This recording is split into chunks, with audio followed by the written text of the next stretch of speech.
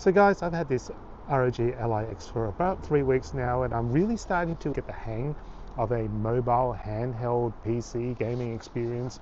In this video, I just wanted to talk about something that I only discovered last night, and I have no idea why I hadn't thought of this earlier, but I'm talking about cloud gaming. The basic difference for a newbie like me, and I don't want to go into any of the technicals, is usually what we do is with any device, whether it's the Ally X or whether it's an iPad or a Nintendo Switch or something, is the game resides on the device. So basically, in the situation of an Ally X, what you do is you go to the Xbox store or whatever, Steam or whatever, and you actually just download the game onto your device and then you play it from there. A lot of games, once that happens, do not require an online connection, and you can play all these games offline unless you do stuff like multiplayer and things like that, which requires an online connection. But one of the things that I found really frustrating is the downloads are huge. So basically, to download a decent game such as Halo or something like that, you're talking about 100 gigabytes plus of download. And the thing is, apart from the fact that you need to have the adequate download limit on your internet account to be able to do that, is it takes a long time. So if you all of a sudden get this urge that you want to play this game and you don't have it existing on your device, you're going to have to wait upwards of 4 to 6 hours to download the darn game onto the device before you can play, and that is kind of frustrating for me. And the other thing is, I've had the experience where I've downloaded a couple of games which I thought were good, and I played it for 5 seconds and I didn't really like it, and it's just such a waste of time. So one of the benefits of cloud gaming is that you can actually play the game on the cloud like the description suggests. So that means no game is actually physically downloaded onto the device. I'll go into the pros and cons of that in a second, but basically from my point of view, from a complete casual newbie gamer point of view, what that means is I can have a look and try out certain games and play them via cloud gaming.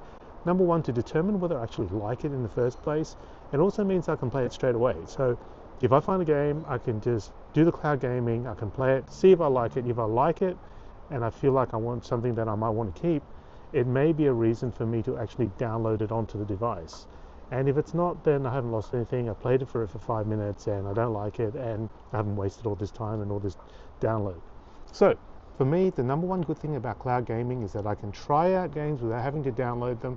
I can do them straight away, and then I can determine whether I like them or not. But here is a long list of cons. And some of them are big cons and some of them aren't so big cons, so you just need to decide for yourself. The difference between cloud gaming and having a game that's on your local device, like it said, is that you play the entire game on cloud. So basically, for example, Microsoft takes care of all the loose ends, and you just need to have a computer that's capable of accessing the internet and you can play it. So in that sense, you may not need as high spec hardware for that. The ROG Ally X is not an issue, so that's not one of the things. The things that are potential cons for cloud gaming, number one is you need to, for example, if you have the Xbox Game Pass, you need the ultimate plan. So you can't use the core of the PC to play cloud gaming because it's not included.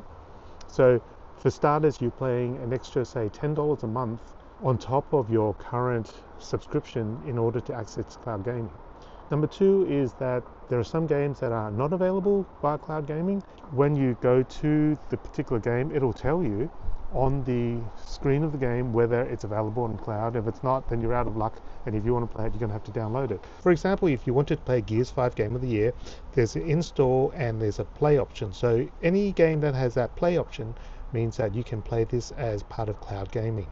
So then you might ask, why don't we just play everything online? Why don't we do cloud gaming for everything, assuming it's available, rather than download the game, because it's so much quicker and you can just play it straight away? Well, one of the things about cloud gaming is that you need a really decent internet connection, because everything is occurring online. You're going to need an internet connection that is stable and fast enough to manage to handle the graphics intensive gameplay of the hottest games around these days. So what that means is, like I said, you need a decent internet connection without frequent dropouts, and you need to have a decent data plan. So if you've got a plan which is only giving you 100 gigabytes per month of data, for example with folks who use mobile phones, you're not going to have enough data, because in my research, I've discovered that to play an average cloud gaming game per hour, it's probably somewhere around 2 to 3 gigabytes. And that's equivalent to watching HD video on Netflix. So assuming that you've only got 100 gigabytes, and it's like, just call it 2 gigabytes an hour, you've only got 50 hours of gaming per month, which is less than 2 hours a day, and that's excluding all other internet usage. So if you've got all the other stuff, like, as I said, Netflix, Disney Plus and all that, you're not going to have enough internet to manage to do this. So you need a stable, fast internet connection with plenty of data allowance for this to occur, and some people don't have it. For me, I'm currently on the 3-month free trial of the Xbox Ultimate subscription, and given the online gaming part of this, I may just be tempted to continue on with the subscription, because I'm actually liking the fact that I can actually play all these games online without having to download it to my device. And the other thing about downloading all these games onto your device is that if every game's like 100 gigabytes, you're only going to manage to get like 8 or 9 into a 1 terabyte drive before you have to start deleting them. And if you want to keep a library of games, that's not going to happen. So you might as well just do everything by cloud. So if you've got a decent internet connection, this is what I recommend from a newbie. Thank you for watching. I need to go now because someone's doing whippersnipping, and I'll catch you next time in another video. Remember to like and subscribe. Bye.